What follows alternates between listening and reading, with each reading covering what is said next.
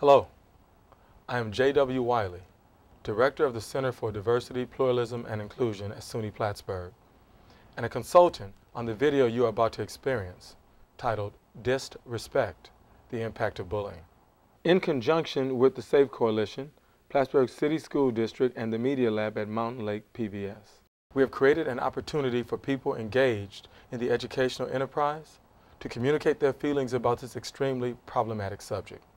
In response to the thought of students ranging in age from 5 to 13, and academic professionals who reflect various aspects of the educational experience, you will have an opportunity to consider the role you can play in minimizing, if not eradicating, bullying in your environment.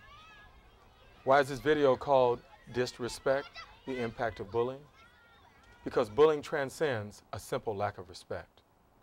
Within this video, we discuss a multitude of ways bullying impacts educational moments.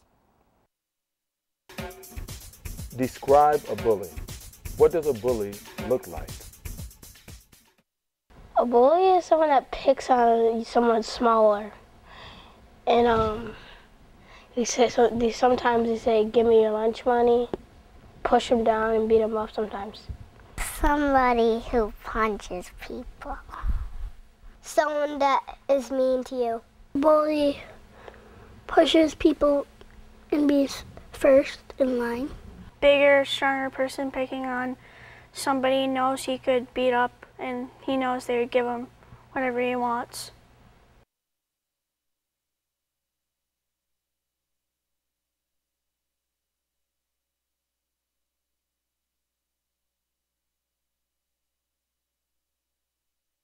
Bullying is when people pick on each other. Someone who kind of calls you names. I think a bully is a coward because, they might be, dealing with bad things at home and they want to take it out on other people. When someone just makes fun of someone or puts someone down just because of how they act or how they look. Somebody that's bad, that does bad things to other people. A bully is someone that picks on you and doesn't like you and that is mean to you all the time. Bullying is unfair and one-sided. It happens when someone keeps hurting, frightening, threatening, or leaving someone out on purpose. Bullying is when one individual intentionally targets another individual who doesn't have as much status or power in order to hurt them. If the person that's being teased feels like it's gone too far, it's become bullying. It's like with any kind of harassment. If someone says to you, if you're bothering the person says to you, stop. If you don't stop, then it's gone to the next level.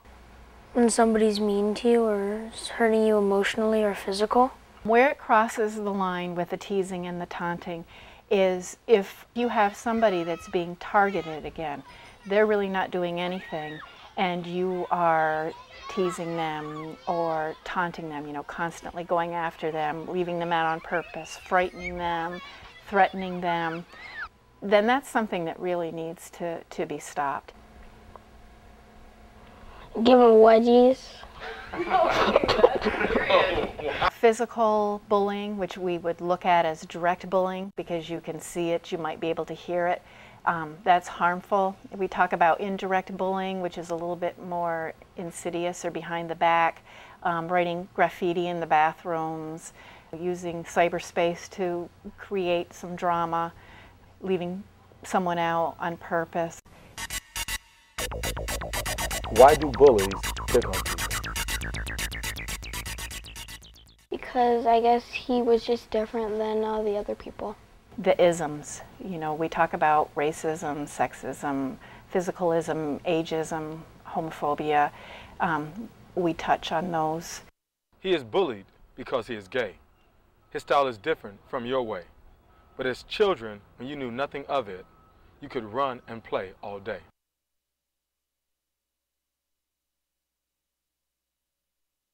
Maybe because he picks on me. It could be a child who's relatively narcissistic, meaning when they are being raised as a child, they get everything that they want and they don't learn to really share with others. And if they feel that that's the way they get their needs met, sometimes they will come to school and think that if I want it, I get it. They get stuff that they don't have but they want. Like if you have money and they don't have money, or that you just want money to buy something, you can go, or if you know you can bully somebody, you can go over and get it from them. I definitely think it's a socioeconomic kind of class division that is happening. Middle class kids or the kids of privilege don't necessarily go out to bully the kids that are not of that same socioeconomic group. But I think that it's just so ingrained in the hierarchy of school that they just don't associate with each other, or there's no crossing of lines in between groups. And so there's just kind of walls put up. She is bullied because she is poor. He is bullied because he is wealthy. Actions that lead to bullying will always be unhealthy.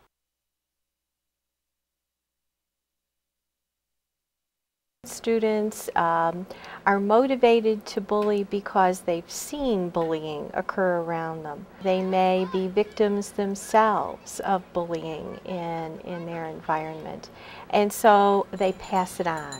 Other students bully because they have anger issues. Some students bully because it just makes them feel good to have power over somebody else. But in the end, there's something that is habit forming about bullying that is almost addictive, because once an individual bullies and they are gratified by their success in bullying, they tend to become emboldened and want to do it more.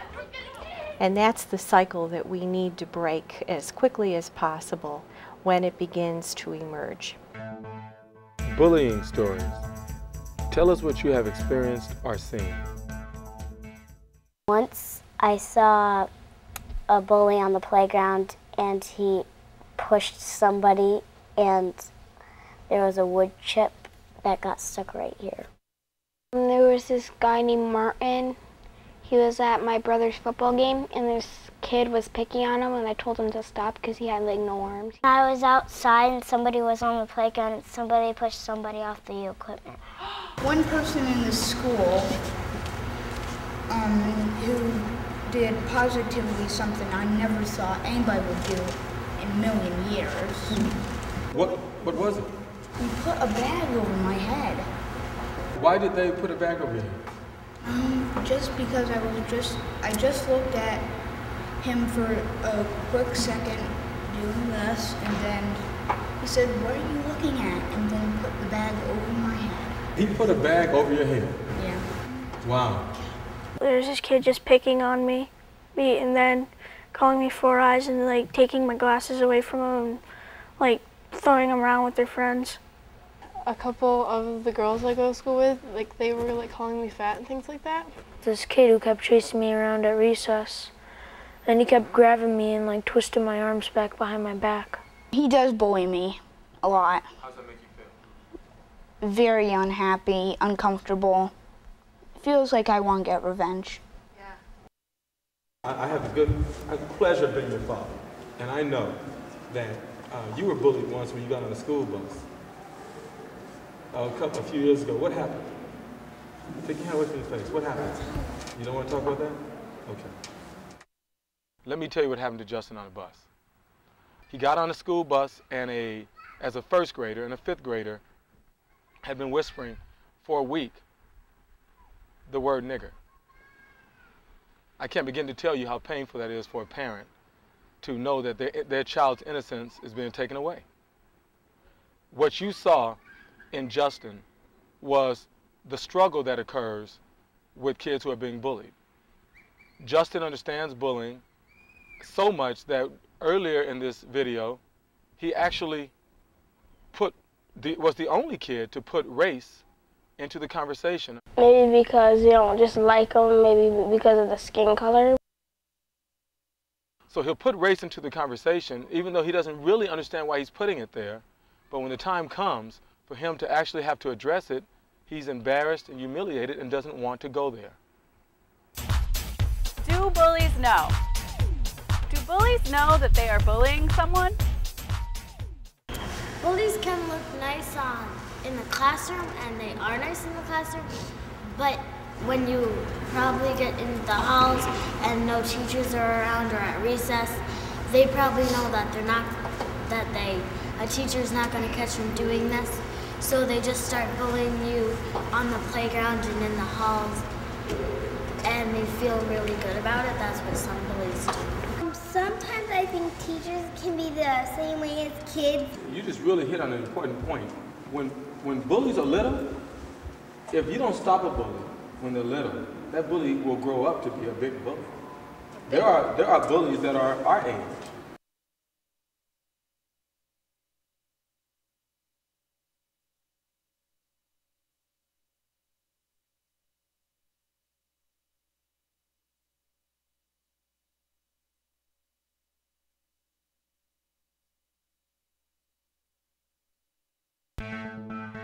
Tell us about a time you disrespected someone.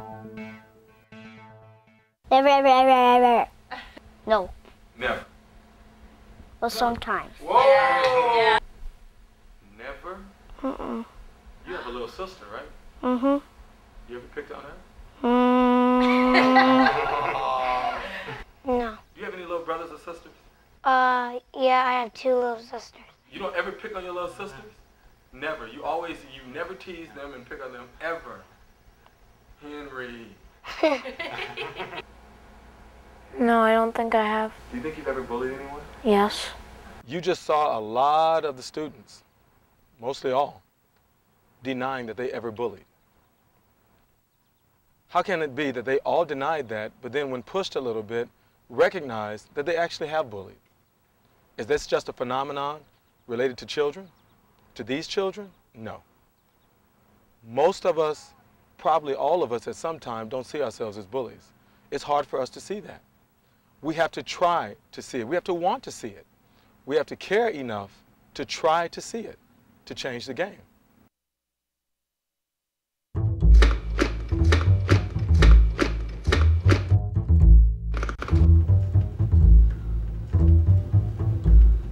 Hey Luke, what you eating? A sandwich. I know it's a sandwich. What kind? Egg salad.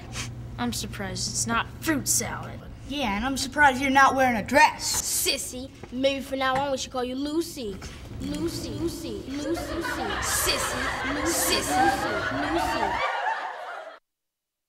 I think it's just so important to recognize the difference between what is child's play and child's social learning and what is really victimizing another person. And when a person is victimizing another person, they're also victimizing themselves in the long run. I'm surprised it's not fruit salad. Yeah, and I'm surprised you're not wearing a dress. Sissy. There are often the bystanders, and the bully is getting something out of the bullying. If it's self-esteem, if it's higher status in the hierarchy, who knows what it is. The bully is doing it for a reason. But the people that are his friends or her friends that are standing by, that are not directly bullying, but not doing anything to stop it, I call the receivers of the glow effect. They're getting some of the status because they're there and they're like, maybe we'll giggle. Maybe from now on we should call you Lucy. Lucy. Sissy. Lucy. Bystanders are affected by the fact that silently they've participated in bullying. They've allowed it to happen. And that lack of concern for other individuals tends to lower our total sense of safety and trust in each other. When bullying begins, it has a downward cycle. I remember when I was in high school, I sat on the bus with a guy named Ricardo Howe, and he was a bigger kid than everyone else, and for some reason he liked me. he came and sat next to me and had a little penknife. And with his penknife, he would jab people in the leg. And he would laugh and get a kick out of it. And I knew it was wrong. But I kind of chuckled with it too, because I was happy he wasn't jabbing me in the leg. Even though I saw him go from person to person, pricking people in the leg with his little penknife. Nobody had the courage to stand up to him and challenge him about that. And I probably could have made a difference. I was too afraid to challenge him because I didn't want to all of a sudden become the one who got pricked. But if I had thought about it enough, I could have made the difference, because maybe he respected me enough where if I had challenged him, he would have stopped. Mirrorless masters of menace. What do bullies see when they look in the mirror? Well, a bully would see themselves as, I'm not sure, somebody really terrible, but they try to convince themselves that they're not that person who they see in the mirror, and they get all angry at themselves, and then they start causing trouble. By respecting me, don't rudely criticize or deliberately intimidate. Actions like that contribute to hate.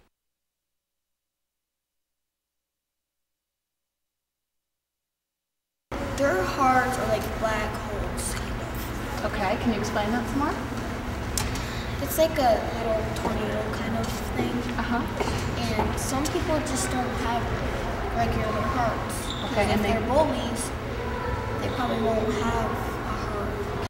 We must imagine bullies as mirrorless masters of menace. If they had mirrors, how could they stomach to see, within their own reflection, a vacant soul devoid of the humanity to consider others' hearts? There are three kinds of people in the world, okay? Energizers, energy stealers, and energy imposters, okay? Energizers are people who have a lot of energy. When they come around you, you feel good. Okay, because if you're an energizer, you're giving them energy too. It's just a nice moment. Two people that have a lot of energy. You know people like that, right?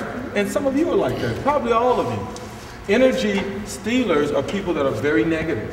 They come around, and the second they get around you, you can feel they're taking your energy away, draining you, right? Yeah. But perhaps the one that we have to worry about the most is the energy imposter. The energy imposter, and that might be the bully, okay? Because the energy imposter is the person that acts like they have a lot of energy, but the longer they're around you, they take your energy away. Now, the one thing we know for sure, a bully is not an energizer, right? Okay, a bully is either an energy imposter or an energy stealer, okay, because bullies are sneaky. Sometimes they may be the imposter. But the one thing you know for sure, a bully is not an energizer. So if you're an energizer, you cannot allow yourself to let somebody take your energy away. Does that make sense? You've got to keep that energy level high. And you know, when you talk about friends and getting somebody's attention, if you take the time to give positive energy to a bully and don't let the bully take your energy away, maybe you will change the bully. What do you think about that? Is that possible? Yes. It's where you treat somebody like you'd want to be treated. Bullies think they're getting is respect when what they're getting is fear. Yeah, and that indicates that there's some kind of problem, be it self-esteem in the bully or something, some kind of problem at home. There is nothing more harmful to a classroom environment than any form of disrespect.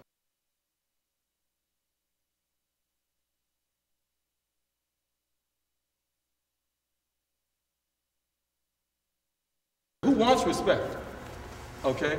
So everybody here, all of us want respect, okay? Do all of us give respect all the time? Okay? So the key to it is, if you want respect, you have to be able to give it. A bully does not give respect. Okay? And nobody has really said this. Let me tell you why I think a bully doesn't give respect. Because a bully does not respect himself or herself.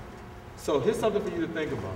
The next time somebody bullies you or you see somebody bullying, you know what you might want to say?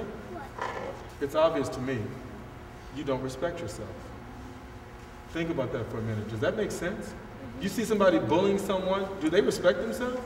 Because you can't respect yourself if you want respect because you're not giving it. Does that make sense? Respect the strangers, whose respect of you is not nice. Possibly by your actions, they might actually think twice. and in the process find a vast treasure of wealth in the beauty of the feeling of respecting themselves.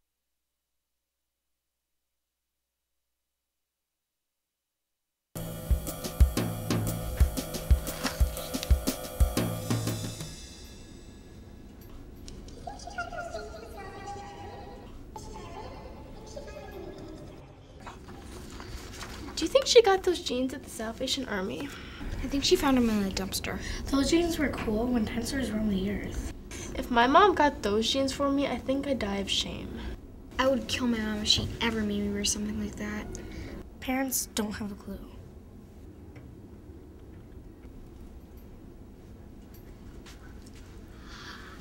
I'm only 5, and I know that bullying's not cool. Girls, generally speaking, have been socialized to be a bit more nurturing and that.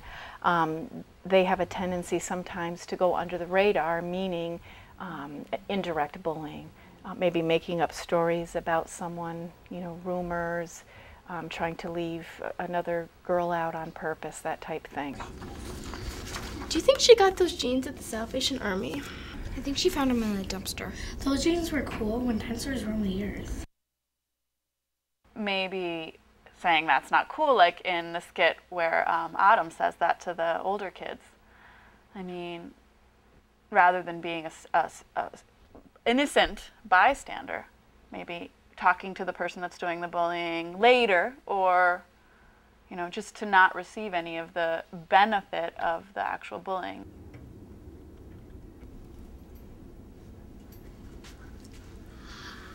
I'm only 5, and I know that bullying's not cool.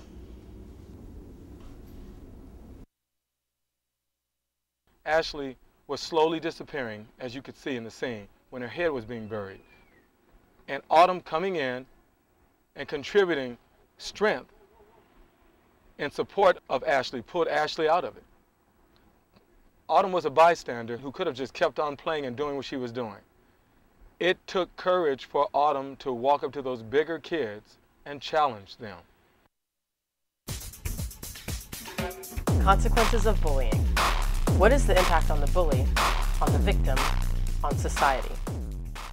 Makes them sad.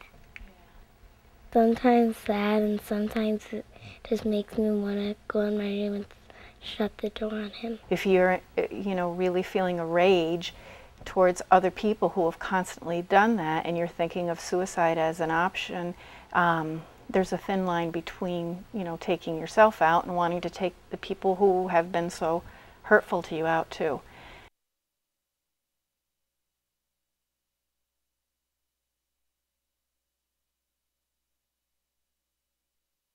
I started hitting the person. And after that, I apologized to the person, and I felt really horrible, but it's just that when somebody criticizes you for not being tough, and then you try to ignore it, but after you show them that you are tough, but you don't really mean to, they don't come to you anymore, they stay away. There are certain adults that I've spoken to who will reveal that they were bullied as children, and that leaves a lasting mark and a pain, a hurt, if you will, that doesn't tend to go away.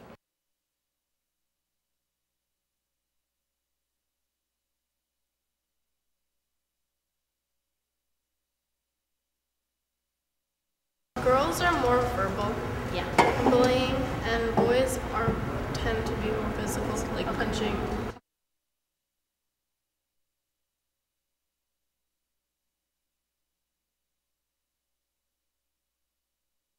One person could be spreading rumors about you and you can get emotionally hurt.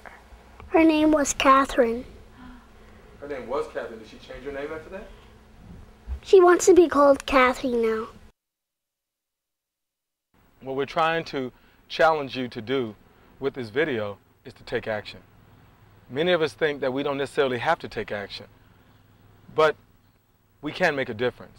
You can tell them to stop, and if they don't stop, you can tell somebody. I would tell my teacher.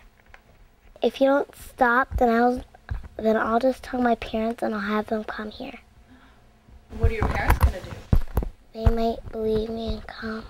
You would just walk away. I keep telling him to move and move. And I felt like slapping the taste out of his nose. We talk about, you know, using I statements when you assert yourself. I would ask him stop a few times, and then I would think out loud. I would give him an I statement and tell them the consequence. We need to work on breaking down the walls and kind of lowering the importance of the cliques or the hierarchy. We don't want to put children down who are bullying others. We want to teach them strategies to be more successful. You can take a stand as a bystander that you won't participate in bullying. Kids ride buses every day. In the movie Forrest Gump, the disabled youngster Forrest gets on a bus but is denied a seat by everyone, except a little girl named Jenny. The easiest thing in the world is to go with the flow or succumb to peer pressure, do what everybody else is doing. Jenny did not do that. Jenny stepped up, offered Forrest a seat, made a difference for him, and who knows, perhaps influenced other people to not contribute to bullying. I think most of us would like to be Jenny. It's not easy. There must be people in the bully's environment who lock arms and say to the bully, every time they cross over the line, you've crossed the line and we're not going to accept it.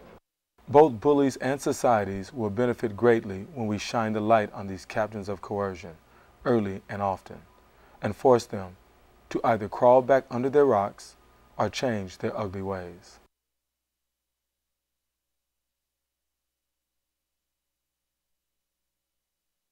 Well, I told this to my mom, and she thinks it may be right. Now, I'm not sure with you three, but the only way to get a person so they do not do something that people or not, even you do not want them to do. Now, this is just my opinion. To strike a little fear into their hearts, because fear controls. Now, I know that would make me a bully too, but I'm doing community service for all the people who have done, who he's been picking on. Oh,